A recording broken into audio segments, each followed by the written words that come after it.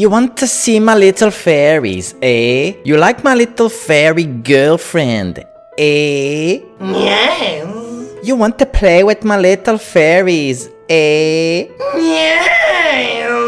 You want to and listen to some Coldplay with my little fairies, eh?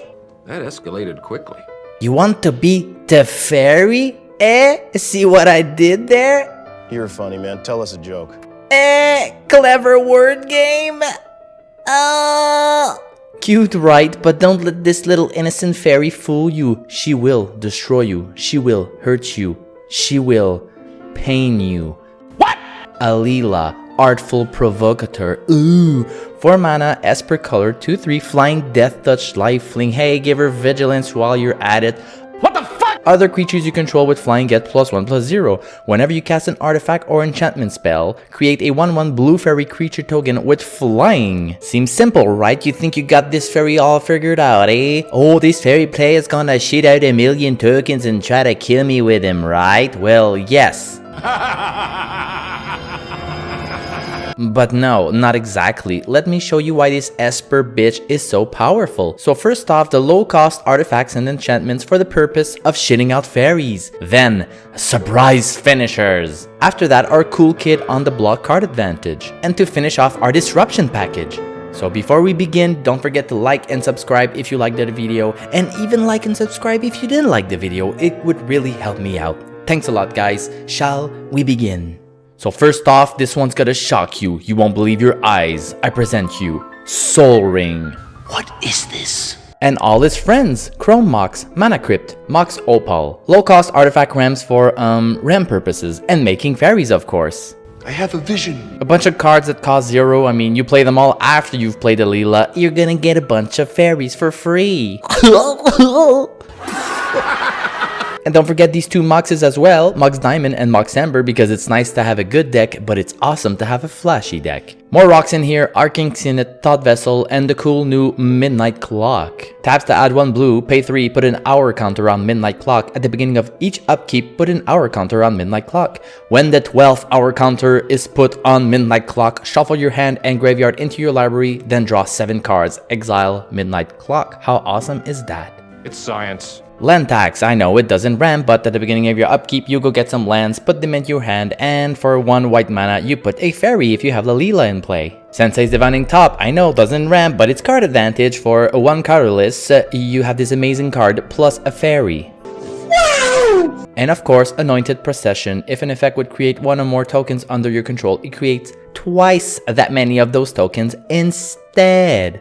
Can you feel the tension in the air right now? Now once you have your fairy army, time to pump them up. Etching of the Chosen is a sweet card. As Etchings of the Chosen enters the battlefield, choose a creature type. Spoiler alert, we're gonna say fairies. Creatures you control of the chosen type gets +1/+1. Pay 1, sacrifice a creature of the chosen type. Target creature you control gains indestructible until end of turn. Obelisk of Erd. Hey, change the name. Convoke. As Obelisk of Erd enters the battlefield, choose a creature type. We're gonna say Eldrazi. Creatures you control of the chosen type get +2/+2. Now go big or go home. Coat of Arm finishes a game pretty quickly. +1/+1 for each other creature that shares a creature type with it. So that's the power of Alela. Your opponents have to get rid of her because she's a 2/3 flying death touch lifelink. Hey, change it. Too strong. Achroma. What the hell? You think you're too cool for school. Plus, she shits out her fairy army, and then you're like, I have to get rid of all these fairies. This is too much for me. This is so good. What is this champion way? Hey, you think you're done, bro? You think this is all there is to it? While your opponents are trying to buy some bug spray for your fairies because they think that's all your deck does. Boom, you drop the real sauce, the hot sauce, the Bolas Citadel sauce. I'm kind of a big deal. You may look at the top card of your library anytime. You may play the top card of your library. If you would cast a spell this way, pay life equal to its converted mana cost rather than pay its mana cost. Tap, sacrifice 10 non-land permanents. Each opponent loses 10 life. So attacking for 1,000,000 damage with your fairies, then sacrificing 10 of them to deal 10 damage to each opponent. You can even go on a full lifelink build and play Etherflux or Reservoir. With all these cheap artifacts, you can gain a lot of life. Can I please have your attention? And then shoot everybody down by paying 50 life. That's a lot of damage. And yes, Mindslaver, because Mindslaver. Imagine your opponent's trying to deal with your fairy army, then you're like, hey buddy, give me your turn, okay?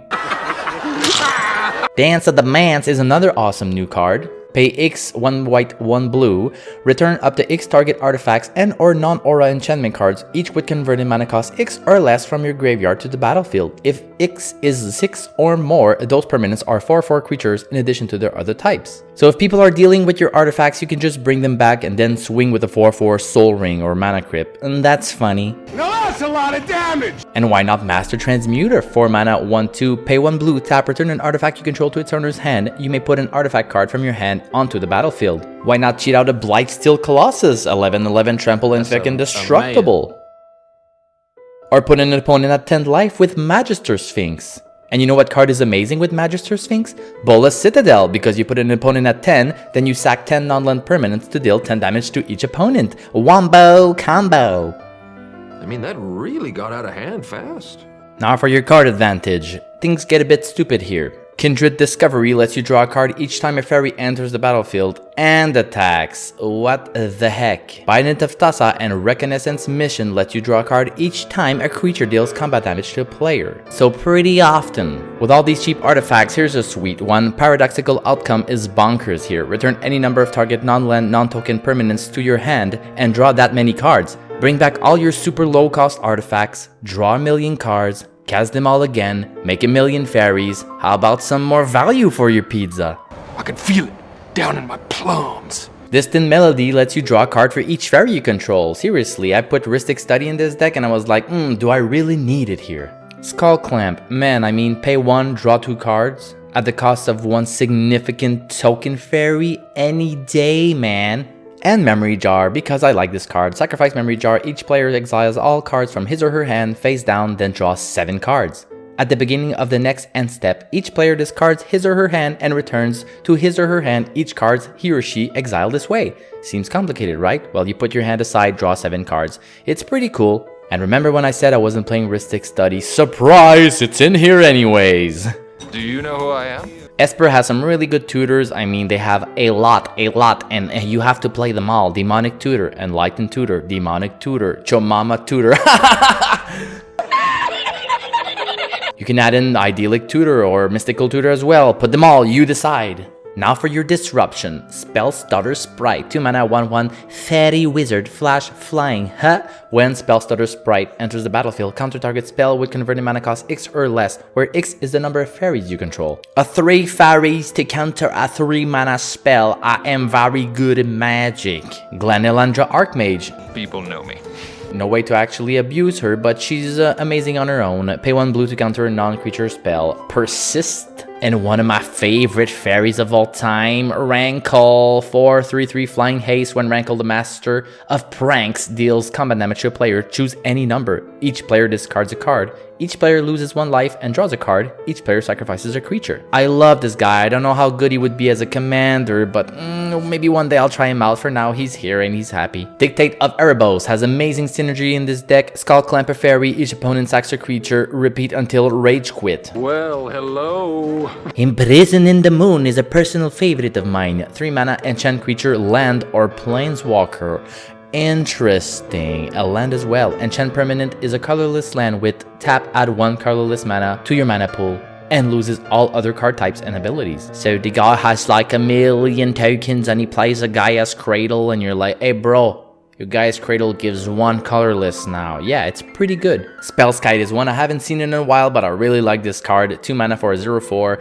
Pay 2 life, you know, or 1 blue mana, but let's face it, most of the time you'll be paying 2 life because Phyrexian mana is broken. Change the target of target spell or ability to Spellskite. Protects Alela and makes a fairy. Give me more. Time Wipe is a great board wipe with Alela. If you're not shitting out as many fairies as you liked, bounce Alela to your hand, wipe the board, play her later, alligator. Haha, funny word game. Counter spells, because counter spells, we're playing blue, mana drain, and the very nice Telzen. 2 mana, counter target activated ability, triggered ability, or legendary spell. This one's really cool, and it's a bit different than your usual counterspell, so why not coconut? Haha, it rhymes! And to finish off, our new 3 free instants from our commander series. Deadly Relic lets you exile a creature for free if you control your commander. Flawless Maneuver gives indestructible to your creatures if you control your commander. And Fierce Guardianship is my new top 1 favorite counterspell of all time. Counter target non-creature spell for free if you control your commander. This is really good. It just makes sure that when you play your commander, it's gonna stay on the board for at least a turn until you untap. That is all for today, folks. Thanks for watching, and don't forget to subscribe if you liked the video. It really helps me out. Have a good one.